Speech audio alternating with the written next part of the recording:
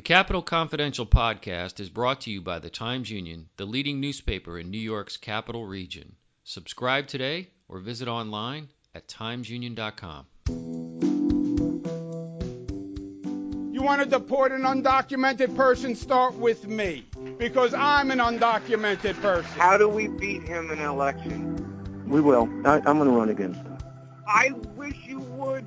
I wish you would, Dad. I would. There are things in here that are unobjectionable because they're not that effective. So yeah, sure, I'll vote for a distinctive license plate. Sure, why not? Jim, you had your press conference at 4 o'clock. You're having a press conference now? That's You're right. talking? I'm having a press conference. Well, now. is this your space here or is it public? No, it's my space. Oh, this is your Don't space. interrupt. Okay. I'm David Lombardo, and this is the Capital Confidential podcast. Primary season is finally over in New York, and the winning candidates are looking forward to their general elections in November. But we recorded this episode weeks ago, so we're going to look back to 1998, the year of a Democratic primary to take on incumbent U.S. Senator Alphonse D'Amato. The race pitted former vice presidential candidate Geraldine Ferraro against New York City public advocate Mark Green and then Congressman Chuck Schumer. Spoiler alert for anyone who isn't reading the news, this is the launching pad for Schumer into the Senate. I dived into this race with the help of Howard Wolfson, who worked on the campaign for Schumer. We talked about their come-from-behind win in the primary, the general election campaign, and briefly mentioned the 2000 Senate bid of Hillary Clinton that he worked on. Enjoy the show. What were the circumstances that brought you to the Schumer campaign in '98? So I had started working for Nita Lowey, Congresswoman from Westchester, in 1993, and had gotten to know the Schumer team fairly well over the years and had become friendly with them. And when they basically went off to run the campaign, they reached out to me and asked if I would be interested in coming up from D.C. and helping out in the communications function. And what was appealing about that to you?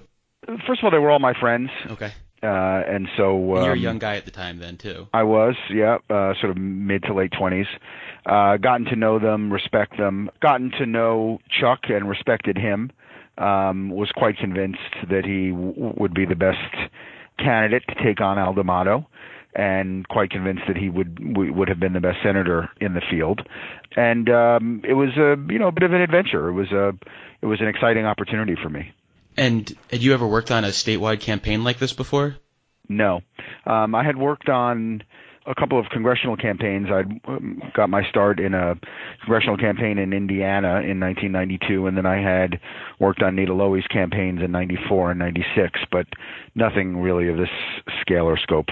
So a lot of the polling from 1997 and into July of 98, polling by Quinnipiac University, had Geraldine Ferraro ahead, public advocate Mark Green in second. So were you seeing this polling? Did you still feel like this was a good chance to win? And what was sort of the path to victory that you saw? It wasn't clear to me that we would win, although I certainly thought that we had a chance or I wouldn't have done it. Mm-hmm. A lot of that early polling reflected name recognition. Okay. Chuck, for all of his visibility, was really not that well known at the time in comparison to Geraldine Ferraro, who had 100% name recognition, and Mark Green. So once Chuck really began to advertise, and he had outraised the other candidates, and so once he began to advertise in his record, I think the numbers began to shift. But initially, until people actually begin communicating, mm-hmm. they're really a reflection of a lot of name recognition. And why was he able to do so well with the fundraising? Was he just more committed to dialing for dollars or something else? He's a very good fundraiser. He had been building up a war chest over time. So he had been, raising money for several cycles for his House race that he didn't end up spending. So I think he had managed to kind of stockpile some money and was also pretty focused on it in a very good way. I mean, there was a sense at the time, Al D'Amato had won in 1980 for his first election in a very close race. Won re-election in 86, had won a very close and divisive race in 1992. And so there was a sense that, we really need the best possible Democrat to take on Al D'Amato, who was for all you want to make of his ideology one way or the other, was a extremely effective and relentless politician. The fact that Chuck was able to raise money at a good clip was important. People wanted somebody who would be able to compete with D'Amato financially. It seems like a lot of primaries, especially in the last couple of years with far left movement now, far right movement with the Tea Party, are often defined as establishment versus anti-establishment. Did that dynamic apply at all to the primary in '98? Not really. So what was it that separated the sort of the three main candidates, Green, Ferraro, and Schumer? So the euphemism that we used in the campaign was BRBI, best record, best results. Oh no, I'm sorry, best record, best ideas. BRBI. I was trying to figure out that spelling in my head. Exactly, best record, best ideas. And Chuck had amassed a really impressive record as a member of the House. He had done an awful lot to make the country a better place, and he had a lot of ideas about what to do going forward. And there was a sense, I was not at this senior position at this time, but the people who were kind of crafting the message for the campaign were convinced that once people learned about Chuck's record and Chuck's ideas, that he would take off, and that his record and his ideas would resonate. And I think that proved to be true. BRBI was, for us anyway, the differentiator. Was there a point heading into the primary when you guys became confident that you were going to win? I don't remember at the point at which we began kind of separating from the field. It was certainly, as you point out, it was not the sentiment that was going to happen, certainly earlier in the year, but I'd be hard pressed to tell you that it all happened in a weekend either. I suspect that the Chuck's growth began, certainly weeks before the actual election. And he's obviously well known now for traveling around the whole state. And was that something he began doing then, or was the focus in New York City primarily?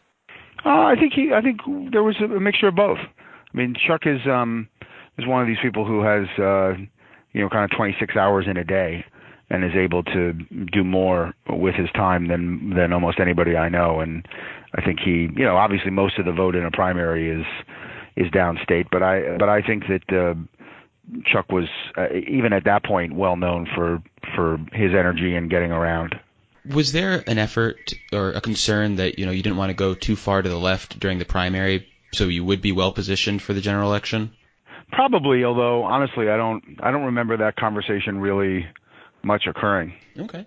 Well, once you guys did win the primary in September, when you looked at sort of the political landscape, what did you see as the major challenges you were facing? A very effective, talented opponent who had won 3 times in New York and knew how to win and knew how to run campaigns. We think about the political ideology of New York today, 2-1 Democratic advantage. Was the landscape like that in 1998, or was it different? It was different. The state was more Republican. We had at that point a Republican governor. We had one Republican senator, and we even at that point had a Republican attorney general. Dennis Vacco had been elected in '94 and was running for re-election in '98. So the landscape was definitely different. And Al D'Amato was he was a tough customer when it came to political campaigns. What made him a tough customer? Very smart, savvy, quick, hardworking, focused politician. And he was, at that point, he was sort of the pothole senator, and he did do his best to kind of run on non-ideological issues in that sense. In '92, people's expectations were that he was going to lose to Bob Abrams. He just carved Bob Abrams up. He ran a better campaign. It was like going up against the dragon. He was a tough guy.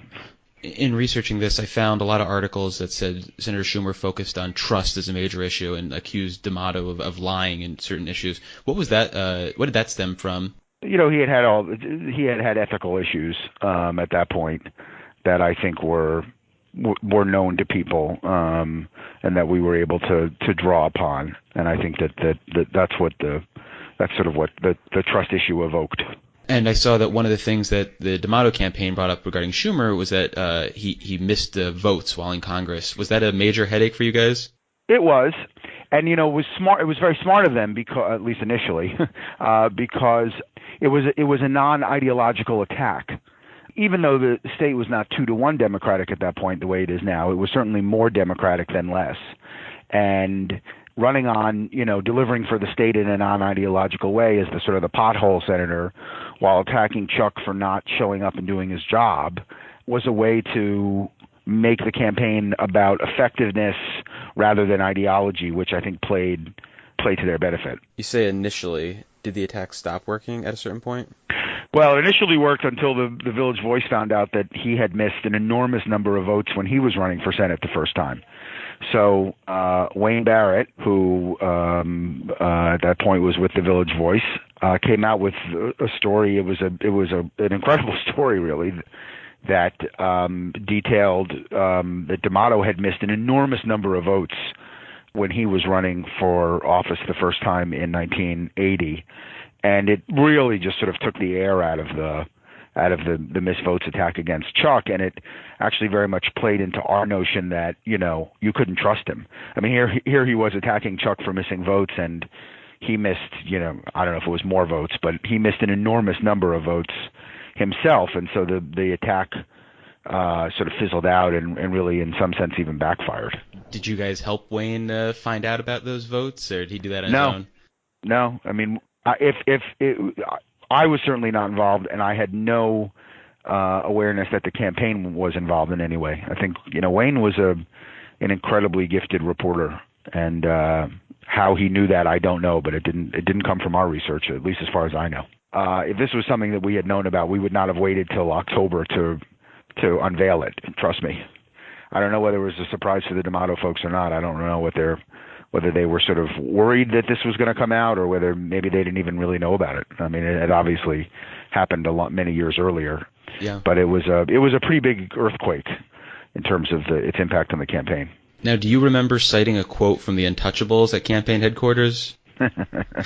I'm guessing yes. You bring a knife, you bring a gun, something like that. And was that regards to how you guys, wanted to approach the campaign on a day-to-day basis, like being super hard-nosed about it? Yes. And how did that manifest itself during the campaign? I think there was a sense that D'Amato had his way with previous opponents, that he had been tougher than them, more ruthless than them, smarter than them, quicker than them, and that we wanted to make sure that we didn't make the mistakes that others had made in that regard. And how did President Clinton factor into this race, just in general, in terms of him being president at the time, and were there any issues that he became involved in? Well, the impeachment issue really ended up working against Republicans. And why is that? The effort was made to impeach the president. Actually, the House did impeach him, and then the Senate was going to take up the trial around his relationship with Monica Lewinsky, and people in New York were not happy about that. It may have played differently in other places, but in New York, people thought that this was very unfair and that the president was being railroaded. And D'Amato had led hearings against the administration.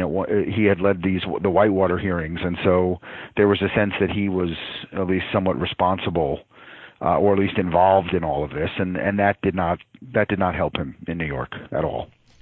What about the use of a Yiddish slur by Mr. D'Amato? Was that a big issue in the race, or did that not fizzle out? I mean, it wasn't helpful to him. I mean, it reinforced the sense that he wasn't somebody who was going to make New Yorkers proud. I mean, that was something we talked a little bit about, is who would make you proud. Mm-hmm. And so it obviously reinforced that attack. It all seems rather quaint now, given how politics has devolved over the years. But at the time, it seemed like a very unfortunate slur that he had made. I thought I read that the race ended up spending more than maybe like $30 million. That seems like a lot for that time. Were you guys using? It was. So, a lot of money went into this race, I'm guessing, then? Yeah, I mean, Chuck was a very good fundraiser. Al D'Amato was a very good fundraiser. There was I guess there was outside money, I assume. This was New York is a very expensive media market. I mean, it costs $1 million a week to advertise in New York City anyway. And so, yeah, it cost a lot of money. I mean, it was a very closely fought, hotly contested race, both sides pouring in what they could. And were there any other ideological issues where the two were divided on that became a key focus of the campaign? Guns, abortion. And I'm assuming that Senator Schumer was for gun control and was pro-choice? Correct. And Mr. D'Amato wasn't? Correct. And how about, I mean, I was reading up a little bit about some of Senator Schumer's positions about, like, it looked like he was for the death penalty at the time. Did he have some more conservative positions at the time when he was running? I mean, I think there was a sense that Chuck was a mainstream Democrat. Mm-hmm. I mean, it was, yeah. I mean, I'm not sure how you would characterize him. Okay. And did you guys have to deal with any like attacks that he was too much of an insider, or because they were both? No, I mean that would have been very hard for D'Amato to make that case against Chuck. Had the long ties, and was there? I guess the final tally, you guys got about 54% of the vote. When did you know you guys were going to win that race? We didn't. So election night was kind of a surprise heading into it? It wasn't a surprise, but it was. I wasn't feeling confident. I didn't assume we were going to lose, but it was, it was very touch. I think that was a very touch and go race. And what was life like for you working a general election statewide? How did you keep up? What do you remember from that? Working incredibly hard, working really long hours.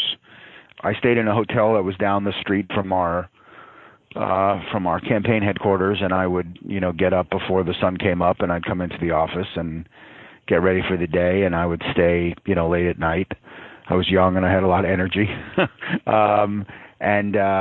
it was stressful, but it was really a very exciting opportunity for me, but obviously not without its stresses. I am somebody who, one of the ways I deal with sort of the stress of a campaign as the campaign gets closer and closer to election day is I would start coming in earlier and earlier in the morning, just basically kind of orient myself and to have a quiet time to kind of think before the day got crazy. And Chuck, I think, found out that I was coming into the office really, really early. So he started calling me really, really early while I was at my desk. And finally I said to him, I actually am here not to take calls from you. Like I'm coming in early so I can have some quiet headspace. So don't call me. But he was up early and working really hard too. And were you able to avoid like putting on any massive amounts of weight or anything? I can't imagine that it did wonders for my health. There's never been a campaign that I've been on that didn't do some damage to my to how I looked. Yeah. Look, everybody in my experience manifests stress differently. Some people gain weight, some people lose weight, some people they break out in a rash. The stress takes a toll on reporters too. And if you had your preference, is what's better, working on the campaign or the aftermath working in government? Well, I didn't end up working for him in government. I went back to NEDA. But which do you prefer? Well, I worked on Mayor Bloomberg's 2009 reelect, and then I did go into the government as a deputy mayor, and I think I enjoyed the government more. Campaigns are zero sum, one winner, one loser. You can lose by one vote, and you've lost everything. And government is really, it's not about win-lose in my opinion. It's about trying to create win-win. Mm-hmm. So in government, you're trying to create solutions in which everybody feels that they have some investment in the outcome, and that maybe nobody gets everything, but everybody gets something. And elections are sort of the opposite. Like there's just, it's a binary choice. There's one winner and one loser, and you win everything or you lose everything.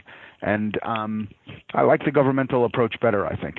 And just the last question, you then went on in 2000 to do another Senate campaign, correct? I did, yeah. And so how did that one compare to 1998? It was, if anything, more crazy and more intense and more stressful and certainly more attention. I mean, the First Lady of the United States running for Senate was a fairly unprecedented thing, especially in a state that she did not live in.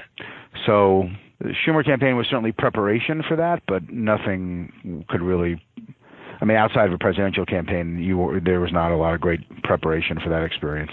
Well, Howard, I really appreciate you taking some time to do this little walk down memory lane on the 20th anniversary of the big primary win. So thank you so much. Sure, happy to do it. And that's our show. My thanks to Howard Wolfson for joining me on this walk down memory lane. As always, the Capital Confidential podcast is brought to you by the Times-Union. If you enjoyed the show, spread the word on social media or leave us a review on iTunes. It will help other political junkies find us. Until next time, podcast adjourned.